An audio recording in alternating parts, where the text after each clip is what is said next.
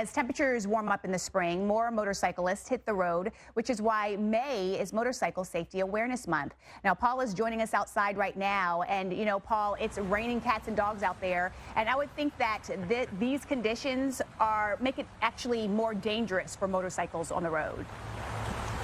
Definitely does, and let's get some expert opinion on that. We're going to bring in, again, Candy Hunter, the owner of WOW Motorcycles here in the Atlanta metro area. Again, a female owner of a motorcycle shop. We've talked about how rare that is.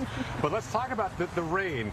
And just like with your car, things increase on a motorcycle, and even decrease, like increase in terms of stopping distance, decrease in terms of traction. Do you find a lot of motorcyclists still riding in weather like this? Not very many, but if people do want to do that, typically you just make sure that you're all geared up and you leave an extra distance between you and the people in front of you, and also understand that those first few minutes of rain is the most dangerous, not only for cars but for bikes, because all of the oil and the chemicals are lifting up off the road, creating a much slicker surface.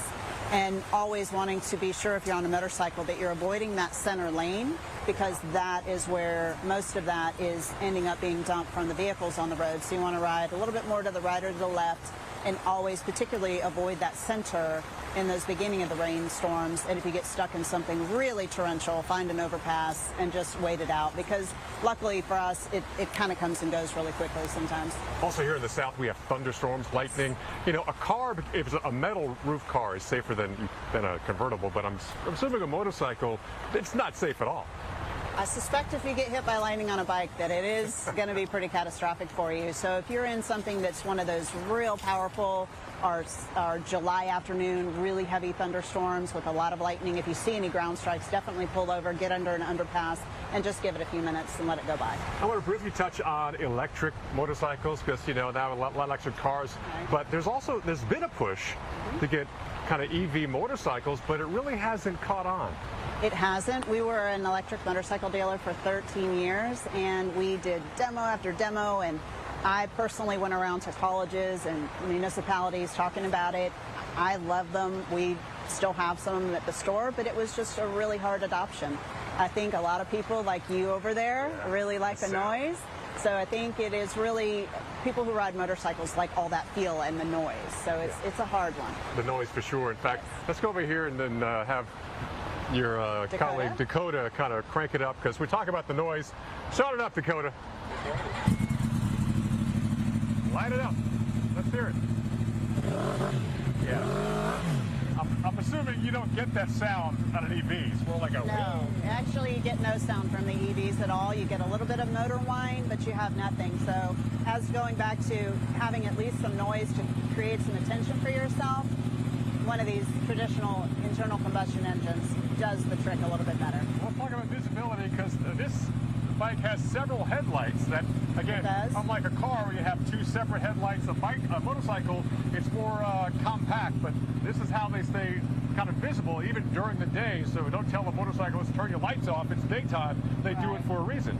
Yes, the lights are always on these, and many people will put additional auxiliary lights on them just for better visibility for when they're in a dark environment, but you always want to have as much brightness in the front as you possibly can, and even on the sides, so that cars can see you, a little bit of a moving target there. Yeah. Go ahead. Also, you see Dakota with the kind of bright helmet, so also take it for a spin, slowly, but on days like this, not ideal to be riding out there, because, you know, those are more like dry weather tires versus, say, all weather tires. Do you have all weather tires on motorcycles for people who ride year round? There are tires that are definitely made a little bit more for multi-purpose, with deeper grooves cut into them to squeegee the water as you're going over that surface. And on a bike like what he is on, it's a little bit more of a slicker, a little high performance, so you definitely don't want to be in too much water with those. So that's more of a kind of a racer style bike, but this is more of a cruiser. At my this is a power cruiser. At my age, more my style. This is for you, yes. Big, powerful. It's got a good seat height and good forward pegs for you. And the sound is different versus the Kawasaki or the Yamaha that Dakota's on. Let's start the Triumph on.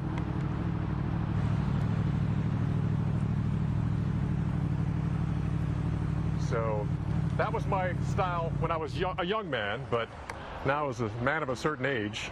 Yep. Ah.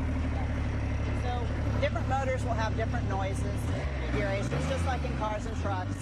And this is a very big, powerful motor. Have a very deep sound. Also the exhaust. Feels like the earthquake from earlier this morning. Candy Hunter from Wow Motorcycles, thank you so much for coming out here in the rain. Appreciate it. This is mine.